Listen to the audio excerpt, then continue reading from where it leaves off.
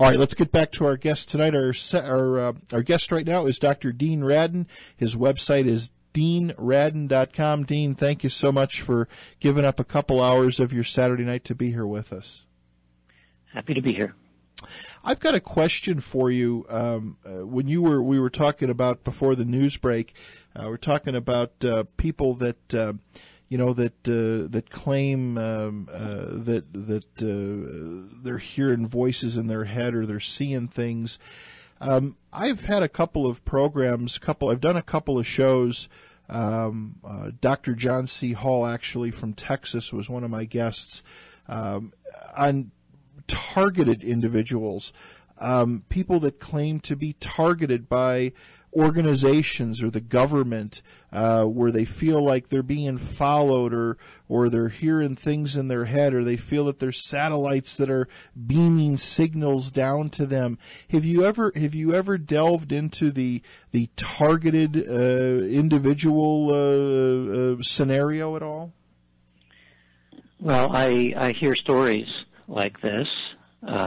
Generally, the person has become quite paranoid, and my recommendation always is that they need to see a psychiatrist to make sure that what's going on is not some physical problem.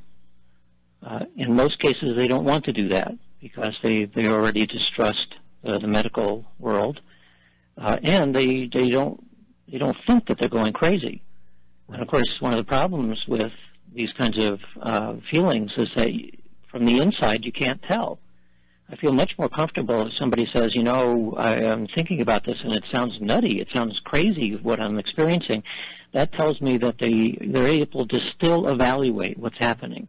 That suggests to me that they're actually not so crazy. Right. If they can't do that anymore, they become completely convinced that somehow things are being controlled or they're being controlled, and they can't see outside of that possibility, then I recommend that they get medical assessments to see whether or not there's something happening.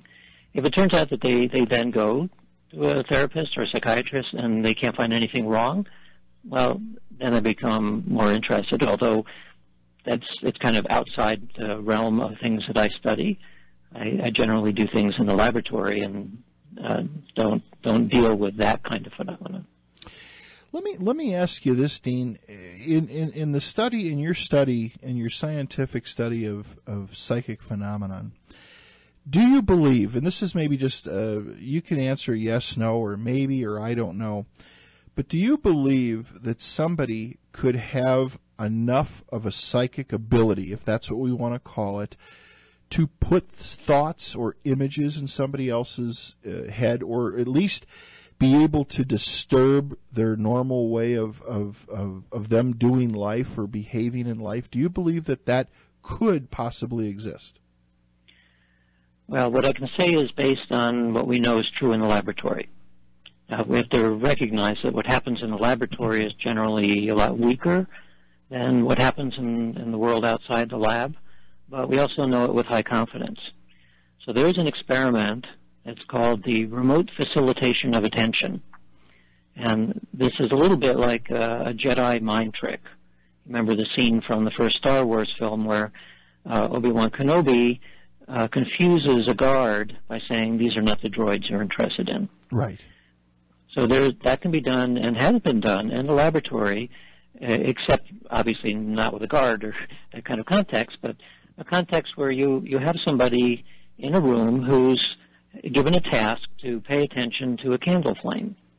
And every time that they notice that their attention has wandered, they press a button. And so this is a test that's looking at the degree, your ability to concentrate, essentially. What the person in that room doesn't know is that at various times, there's somebody at a distance who is trying to mentally help them concentrate or mentally distract them. And that experiment shows that when you have somebody targeting you, so to speak, from a distance, that it actually does modulate your attention. It can make you concentrate more or make you concentrate less depending on what the other person is doing. So we know that in principle that something like a Jedi mind trick would work. But to make the next step and say that thoughts are actually being injected, specific thoughts or specific intentions. We've never seen anything like that in the laboratory, not even a suggestion of it. What we see are things having to do with much lower level phenomena like attention modulation. So is it impossible? Well, I tend to say I don't like to think of anything as being impossible, but it would be very unlike anything that we've been able to measure.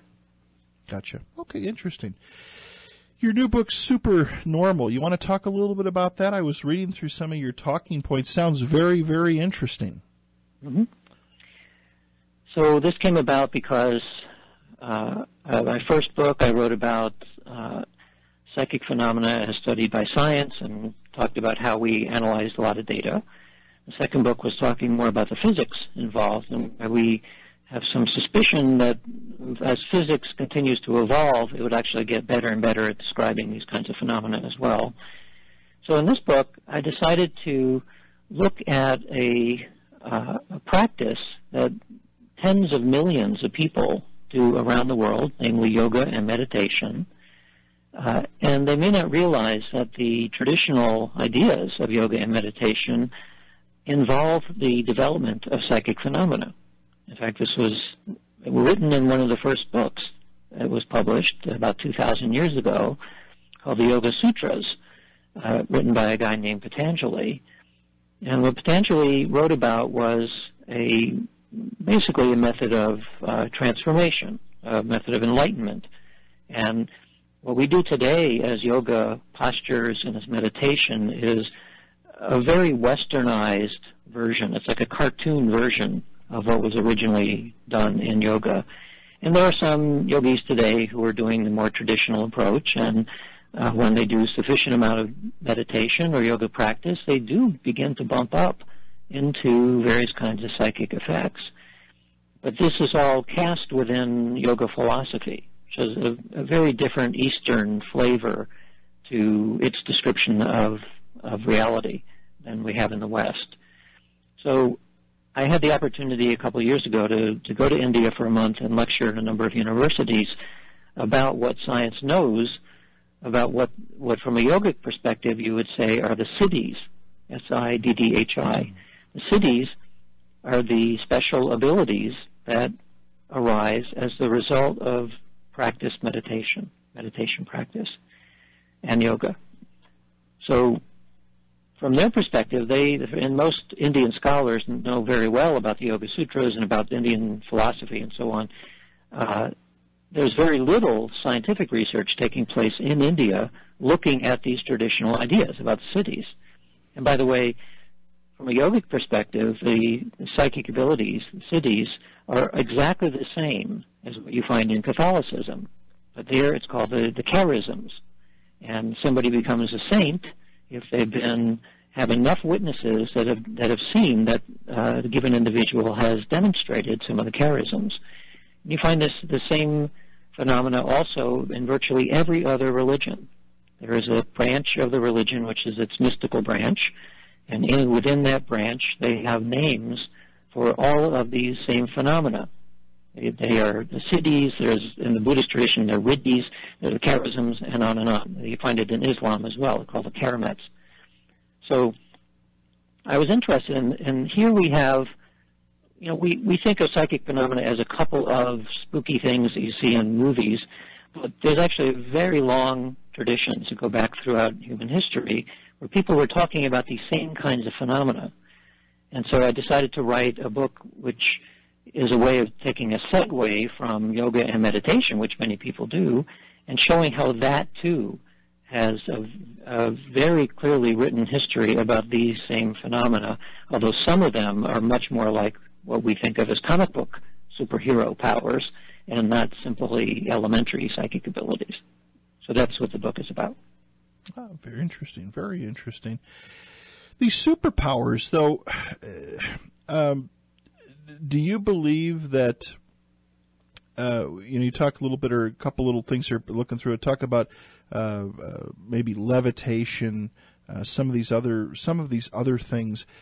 Do you think that people have the ability to do this? Do you think people have they can take the through yoga or meditation or whatever, they can actually transform this into a physical energy, that they can make something physically happen? Well, that's the question. The way I approach this in the book is that there are 25 different kinds of powers that are supposedly developed through yoga practice. Most of them are various forms of clairvoyance. Some of them are more like mind-matter interaction things, like levitation and gravitation, which is the becoming very heavy as opposed to becoming very light. Super strength and super speed and things like comic book superheroes supposedly have. But most of them are clairvoyance. Well, so you can say, what does science know about the tests of these kinds of abilities? Of the 25 cities that are discussed, one of which is levitation, roughly 5 or 6 have been studied in the laboratory. And so we know that those 5 or 6 are real. As best as science is able to tell us, we know these phenomena are real. And then that raises an interesting question, because these 5 or 6 are just part of a long list, 25 other things. Mm-hmm. And so was the author of this book, Patanjali, was he just spinning fairy tales? Well, we know that in some cases he wasn't. He was actually telling it the way it is.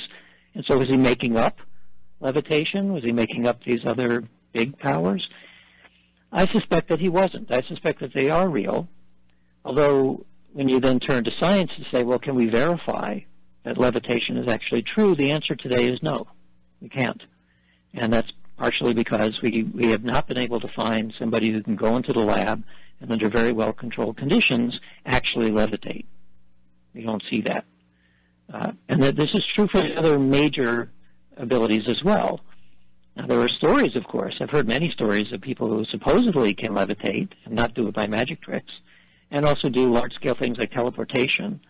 I personally am not convinced that those things are real. I'm more inclined to think that they're either mistakes or they're magic tricks. But as I say that, I'm also saying that I don't think that Patanjali was making it up. I think that there are cases, and you see this also described by other yogis, that there are cases of genuine large-scale effects, superhero kinds of effects, but they're very, very rare, even among the yogis. And so I think we may be talking about 1 in a billion people who's able to do this. And what's also, you see again and again in every tradition, including the yogic tradition, that when somebody is able to perform the siddhis, there's a very strong prohibition about demonstrating the siddhis. And the reason is that the moment that you demonstrate a power of that type, it becomes extremely seductive in terms of the power itself. And your ego gets involved, and you immediately fall from grace. And so the modern version of this is Darth Vader. Darth Vader was a Jedi. He began to use his powers in a bad way, and he falls to the dark side. So that's a mythological way of describing what's happening, but that, I think, is absolutely true. That the moment you begin to demonstrate these, that it gets out of control and you fall. And that's going opposite from the direction you want to go. Now, you mentioned in your talking points and your questions here, Dean, about about mystical Eastern ideas, and a lot of scientists that want to meet with the Dalai Lama. The Dalai Lama, and then of course another thing was some scientists have even had supernormal experiences during those meetings. Can you tell us what happened to psychologist Paul Ekman?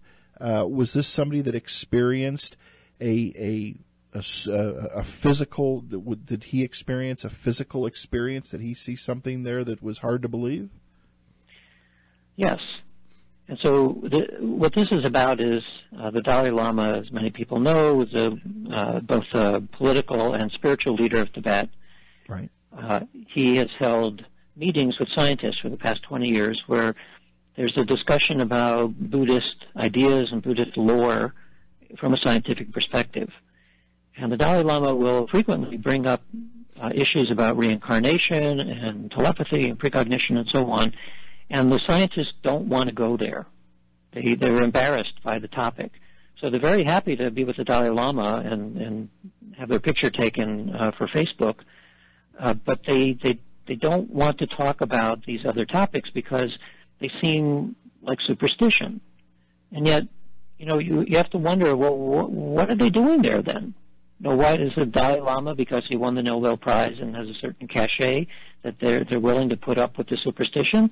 I don't think so. I think when the Dalai Lama is talking about evidence for reincarnation or evidence for precognition and so on, he's telling it the way it is. And I've been saying this partially because what he's describing is very well compatible with what we know from the laboratory tests. Yeah, sometimes these things happen, and yes, there actually is some evidence for something like reincarnation. So the story about Paul Ekman is this. Paul Ekman is a very well-known psychologist who developed a method of microfacial movements. It turns out that if you very closely study somebody's face, that they will betray what's going on both at the level of their unconscious and also if they're lying. Their face motion to a microscopic degree will broadcast what they're actually thinking. There was a TV show based on this for a while. So, Lie to Me. Yes. Yeah, good show. So Paul Ekman, like a lot of Western-trained psychologists, is pretty skeptical about all these talk about special powers and cities. And yet one of the cities is roughly translated as radiating goodness. That there's one of the cities is that if somebody gets to a certain degree of development, where internally they're just saturated with happiness, which is one of the side effects of long-term meditation, that happiness somehow spreads out and affects people in the vicinity, even if they're not even looking at you. So this is part of the lore. It's one of the cities that's described in the Yoga Sutras. And Paul Ekman found, to his surprise, that he felt that this lifelong problem he had with anger, a deep internal anger that just never went away, it vanished. He suddenly was just shocked to find that he wasn't angry anymore in the vicinity of the Dalai Lama. And he was so surprised at this that he began to look into it and realized that this is one of the special abilities for certain people who are developed enough. Well, Dalai Lama is apparently one of them. And so he did experiments with another monk who also had achieved this ability and found sure enough that people, whether they were skeptical or not, they did report that they internally felt very different, much more calm and pleasant, with no anger at all when they were in the vicinity of the person who had the skill, whether they even knew that the person had the skill or not. So here we have an example of a power that we don't normally even think of as a power. It's not, you don't see this in comic books. This is a very strange thing that has some kind of a field effect that affects how people feel. They get radiated with goodness and they just feel better. Well, and you hear about so many, people do talk about, being positive and giving to the universe. I sometimes, now again, from a purely, if we were looking at it just from a purely scientific standpoint, some people say, well, when I project positive energy, I get positive things to come back to me. But is that just yourself? Are you just tricking yourself, or tricking your mind into believing that this is really happening? Of course, when you do have positive thoughts, good things do tend to happen. Although I think when you have negative thoughts, or when you're in a state of depression, let's say, or in a depressed mode, even good things can look bad to you. So it's kind of one of those. I guess you got to look at it a couple of different ways. Right. The question here is it simply a matter of psychological attitude? Right. If you maintain a positive attitude, you're right that your perception will see things in a positive way. The issue with the radiating goodness is such that you don't need to know. It's not like you're not mentally adjusting your attitude. You're simply in the vicinity or the proximity of somebody who has this special skill, and it changes you. Yeah. Well, that's a little bit different now, because it's not that the person radiating goodness is trying to do anything. They simply have achieved an internal state of such calm that it seems to leak out somehow. It's like contagious. and it makes other people feel calm as well. So this is one of the reasons that you do experiments on these kinds of phenomena, because you want to be able to exclude the kind of explanation that you were suggesting, that it's a matter of attitude adjustment, because that absolutely can change your perception. And if you do control for that, you can see whether in principle this strange sort of happiness power is real or not real. A question that we had sent in, and maybe through your tests, Dean, you could tell me, one of our listeners asks, do psychics or people with potential psychic ability tend to run in families? Have you done experiments or worked with family units? Actually, it's a very interesting question. There certainly is a lot of folklore about this. There is at least one doctoral dissertation that was done in Scotland to look at the so-called Scottish second sight, and that was found to run in families. What we're actually preparing to do now is a genetic analysis of psychics, and we are especially interested in things like psychic twins. Identical twins would even be better, because then we'll be able to, because you can now run the entire genome for about $1,500, you can see whether there are mutations, perhaps, or certain genes that turn on that are associated with psychic ability. And by looking at family members, we'll actually know whether we're dealing with something which has a genetic basis or not. Because the other possibility is that if you have a psychic grandmother, then you're given permission, basically, to talk about it within the family. And everyone has the potential to have these abilities. And if it's openly discussed, then the potential is more likely to express itself than if you're in a family where people say don't talk about this stuff. Well, and again, I believe that the one thing that we talk about on this show, and again, it's about being open-minded, even above and beyond the scientific proof, is that I do believe that some people do have gifts, and I believe that parents, while again not being wishful thinkers or teaching their children to be wishful thinkers, but I believe that some children, some families, some people do have special talents. They do have special gifts that they need to look into, and quelling that down is not necessarily such a good thing. Telling them that they're crazy is not such a good thing. If they have something there, maybe they need to have it looked at a little bit further, especially with children. Right. And so a colleague of mine ran the same kind of experiment. This is a precognition experiment on a computer. He ran it for children from age 3 and every year up to 18 to do a survey, both boys and girls up to 18-year-olds.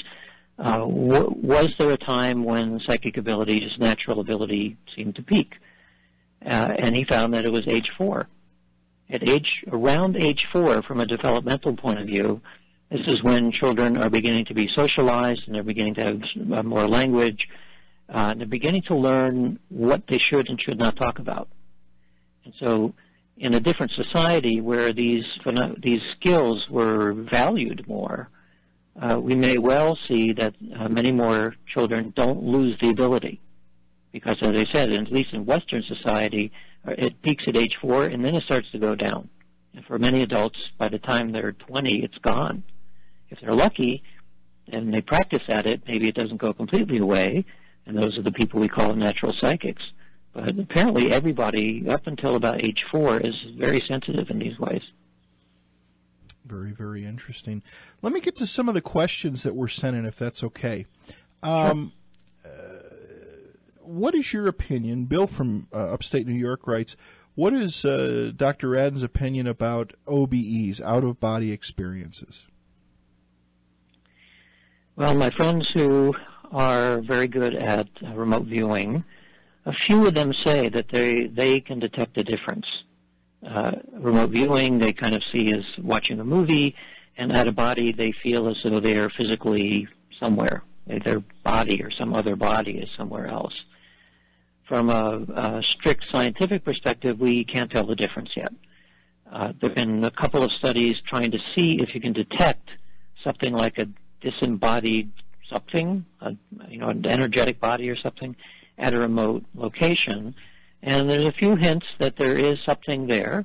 In one case, this involves strain gauges that were moving. In another case, the behavior of a kitten that behaved differently when the person was supposedly there at a body. But this is one of those cases where the jury is still out. The nature of the phenomenon, the way it's described, could be plain old vanilla clairvoyance. And maybe it's possible that there's something like an energetic body there. But as I said, we don't have really strong evidence that that's what's going on. Do you believe with remote viewing, do you believe that that's something that can be taught? Do you believe that that's a special gift, Dean, or do you believe that's something that can be taught to anybody? I think you could ask the same question about playing golf. Okay. Can anybody play golf? Yes. Can anybody get to the level of becoming a competitor at the PGA? No. It takes a combination of natural talent and a huge amount of practice and probably some luck to be able to get into these rarefied superstates. But I think any sentient creature probably has at least the potential for some psychic effects in the same way that everybody can play golf. But as we know, whether it's musical talent or sports talent, there are some people who are musically basically deaf and cannot do sports at all, and that is true in this realm as well. There's some people who are psychically blind and simply cannot do anything, but I think that's a minority. So then the question is, can you go through a training program? And if you go on Google and ask for psychic training programs, there's probably millions that are listed. Not very many of them have evaluation of how good they actually work. But I think that in most cases, simply taking the effort to take a training program, that people will find that they get better. And some who are naturally talented and may not know that, they will get better much quicker. So that's sort of the bottom line is, yes, you can learn, but the amount that you're going to learn is dependent a lot on natural talent. Right. All right, everybody, welcome back to Fringe Radio. Our guest tonight, Dr. Dean Radin. Dean, a couple other questions for you. Bill writes also, says, is PSI a frequency, vibration, or elevated energy within our conscious mind? Well, PSI means pounds per square inch. The term psi is usually, it's supposed to be lowercase, and it refers to a letter of the Greek alphabet. Okay. It doesn't mean anything other than it's a convenient way of talking about psychic things without using that word. So is it a frequency? Is it something of that sort? This is when we get into the realm of metaphor. Some psychics will talk about things like vibrations and frequencies because that's how they experience it. But we don't have any evidence from a scientific perspective that has anything to do with that. I mean, Okay. Is it energetic? Well, maybe. A lot of things are energetic ultimately. But in terms of specific frequencies, no. How about dreams? Can dreams be used to connect with others, or maybe observe distant locations, or sometimes we experience deja vu, that few-minute feeling, or sometimes few-second feeling, like we've seen something before in the same exact way we're seeing it for maybe a flash. What's your thoughts on dreams? 'Cause that's a huge topic. Right. It turns out that dream precognitions, and sometimes dream telepathy, that is the largest single class of spontaneous psychic phenomena. It happens in dreams. And it's probably more common than we know. A lot of people will wake up from a very vivid dream about something, and then that event somehow unfolds that very day or the next day. That has happened to me a couple times. I think it's actually fairly common, and it's been tested in the laboratory, which is interesting. Both dream telepathy and dream precognition tests both show that in the dream state, people seem to be more receptive to these effects. Gotcha. What about What about mind over matter, or mind over body with meditation? Do you believe that we can use or meditation, or we can use our minds to actually heal ourselves in some way, shape, or form? Well, for mind-body interaction, absolutely. 30 years ago, if you talked to a conventional doctor and talked about psychosomatic effects or mind-body healing, they would laugh. Today, it's very mainstream. I mean, there's no question that the mind and the body are deeply connected, and that the mind can heal the body for a very wide range of different kinds of illnesses. The more interesting question is mind-matter interaction directly. We still don't understand exactly what the connection is between the mind and the body, but it's clearly demonstrable that's a real effect. For mind-matter outside the body is a more interesting question, and that actually has been the main source of research for my group for the past 6 or 7 years, looking at various kinds of targets outside the body. So we're talking about things like individual cells in a petri dish, to human physiology at a distance, to random numbers, to other electronic circuits, and most recently optical systems, basically physics experiments using optics. And we find in the whole range, from living systems and non-living systems, that a combination of attention and intention makes measurable effects on physical systems at a distance. So here's where we begin to pull back in the idea of about affirmations. So the affirmations are basically a way of focusing attention and intention. You would intend for something to be. And what we find in these experiments is that the intention and attention together, because attention is simply directing your thoughts in a given direction, but it doesn't necessarily also involve intention. Intention has to occur with attention, but it's then like a mental push. It's a desire. Those things, if especially under high practice, as you get with meditation, it has measurable effects on the physical world outside your body. The effects that we see in the lab are very, very small. They're small magnitude effects, but we also have very high confidence that they're real. And people sometimes get confused with this, that we talk about an effect of a fraction of a percent, say, and people say, well, it doesn't matter, it's so small, who cares? And the answer is that there are many, many things that science measures, like the charge on the electron, which is extraordinarily small in terms of magnitude, but it's also very real. All of our electronics depend on charges of the electron. So this is similar to what we see in the laboratory, that if you mentally direct your thoughts at a cell culture, it will change. It just changes a very, very small amount, but it changes to a real degree. And it's measurable. A measurable degree. Right. And with high confidence, because you can do this in a lab under controlled conditions. So I'm interested. The reason why I've spent a lot of time now looking at mind-matter interaction is because it suggests that there's something about the nature of consciousness and about the construction of the physical world itself, where the two are not quite as separate as we think. If you ask a conventional physicist, does consciousness have anything to do with the physical world, they will probably say no, it has nothing to do with it. These experiments say that is probably wrong, that consciousness does have something to do with the way that the physical world works. And so that to me, then, that becomes a very interesting question. What do you think about, when we talk about, I don't want to call it a psychic trick, but the one that's gone, the one that's been around forever is the supposed psychic who can, put the spoon in their hand and bend the spoon and and twist the spoon up, and I've seen it a couple of times at a distance. Do you believe that that's do you believe that's a parlor trick? Do you believe that it's just a good gag, or do you think that there are people that can physically take an object in their hand and physically manipulate it with their mind?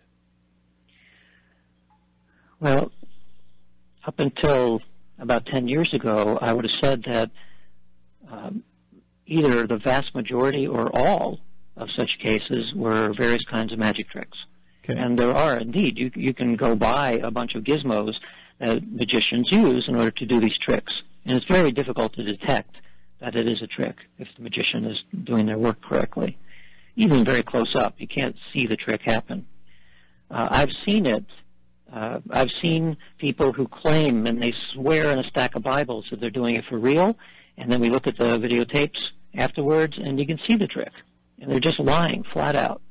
So it's proper to be very skeptical about somebody who talks about their ability to do these kinds of things.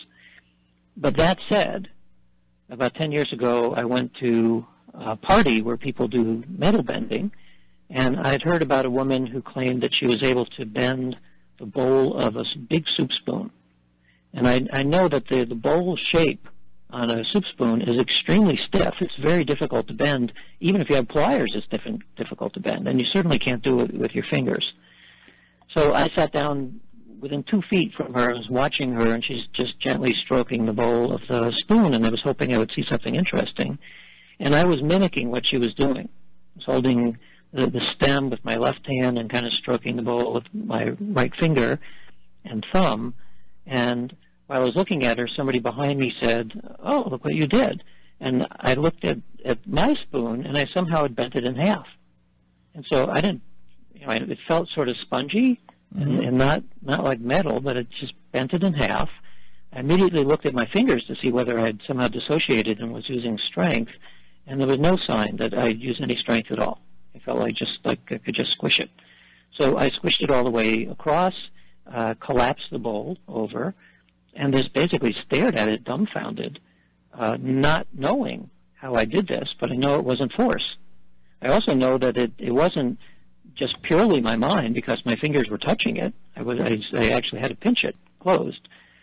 But it happened, and I still have that spoon, and I know it wasn't a memory mistake because it still sits there that I can look at it.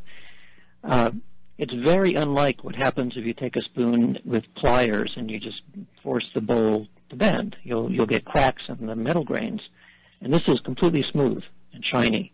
And I have no idea how this happened, but I've since then gone back and looked at other people who have shown me things that they claim to have bent, and I'm more inclined to believe that it is a real phenomenon. I don't know how it works. I know that in a lot of cases of people who do this for a living, they're probably doing it as tricks. But when it happens spontaneously to ordinary people who don't actually even know what they're doing, it's a real effect. It would be extremely interesting to study, and there have been a few attempts by people to study what is happening in the metal, but we don't know very much about it.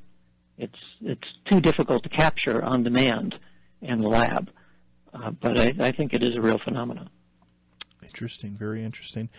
One last question, and we'll wrap it up for the night. Again, I want to thank you for giving us time on your Saturday evening and on your weekend.